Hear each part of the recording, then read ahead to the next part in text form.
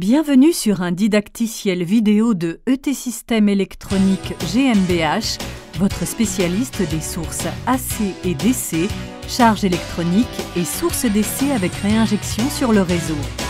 À l'avant se trouve l'interrupteur principal avec lequel vous pouvez allumer et éteindre l'appareil.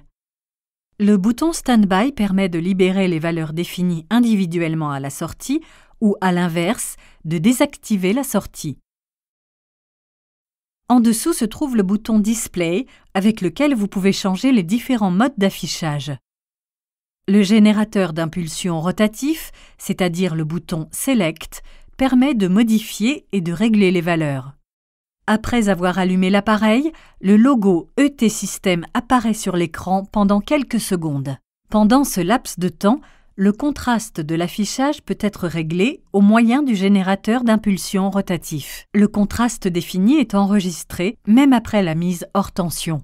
Sur le côté gauche de l'écran, nous voyons maintenant les valeurs de sortie de l'appareil pour la tension, le courant, la puissance et la résistance. Comme l'appareil se trouve en mode stand-by, les valeurs sont actuellement à 0. Sur le côté droit de l'écran, nous voyons les valeurs prédéfinies, dans ce cas pour la tension et le courant, parce que nous nous trouvons, comme indiqué ici, dans le mode Preset UI. Nous voyons ensuite que nous nous trouvons en mode stand-by, c'est-à-dire que la sortie n'est pas libérée, au même titre qu'en mode local. L'appareil n'est pas contrôlé par une interface. En appuyant de manière prolongée sur le bouton Display, on accède au menu de configuration. Vous avez ici la possibilité, par exemple, de limiter la tension de sortie ou l'intensité du courant de sortie. En outre, la protection contre les surtensions peut être réglée ici.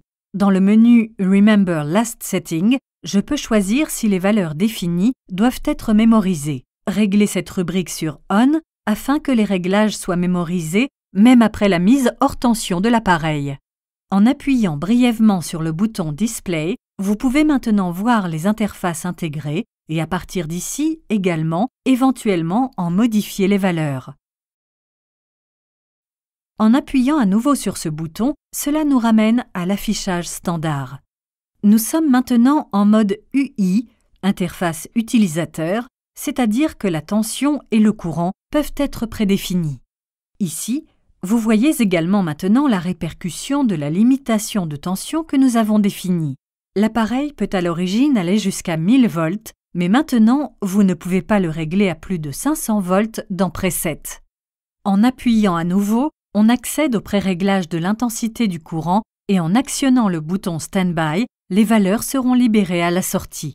Nous voyons maintenant à gauche la tension programmée et l'intensité de courant actuelle qui s'ajustent naturellement selon nos tests, tout comme la puissance actuelle et la résistance.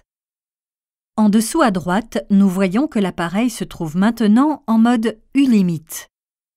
Nous ajustons maintenant l'intensité de courant prédéfinie vers le bas, en deçà de la valeur actuellement effective correspondante, et nous voyons que le mode change maintenant automatiquement pour le mode I-Limit, de sorte que le courant soit maintenu constant. En appuyant sur Standby, la sortie est à nouveau désactivée. En appuyant sur le bouton Select, on arrive maintenant dans le menu Mode. Ici, vous pouvez sélectionner les différents modes prédéfinis en tournant le bouton.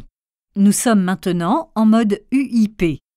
En appuyant et en tournant le bouton, on peut maintenant régler les valeurs respectives pour la tension, le courant et la puissance maximale. En appuyant sur le bouton Standby, on déverrouille la sortie et les valeurs actuelles sont maintenant affichées sur la gauche de l'écran. Cela fonctionne comme avec le mode UIR. Ici, on peut, en plus de la tension et du courant, ajuster également la résistance interne de la source, par exemple pour simuler une batterie. Standby déverrouille la sortie et vous pouvez à nouveau voir les valeurs actuelles. En appuyant sur le bouton Display, le graphique nous montre le point de fonctionnement actuel auquel se trouve l'appareil. L'affichage de ce graphique est naturellement également possible dans tous les autres modes. En appuyant à nouveau, on revient à l'affichage standard. Standby désactive à nouveau la sortie. Avec l'option Carte SD, il est possible de charger un script créé sur un PC à partir d'une carte SD et de l'exécuter. Dans le mode de sélection, vous tournez le bouton Select jusqu'à ce que SCR s'affiche en bas à droite de l'écran. En appuyant sur le bouton Select, le répertoire de la carte est lu et vous pouvez maintenant sélectionner le script approprié. Une fois que le script a été enregistré avec succès, Reading OK s'affiche sur l'écran de gauche.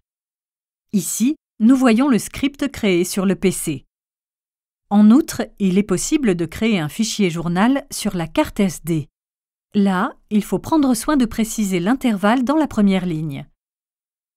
Les valeurs de sortie seront ensuite écrites dans ce fichier journal. Vous pouvez maintenant revenir à l'affichage dans sa configuration de base.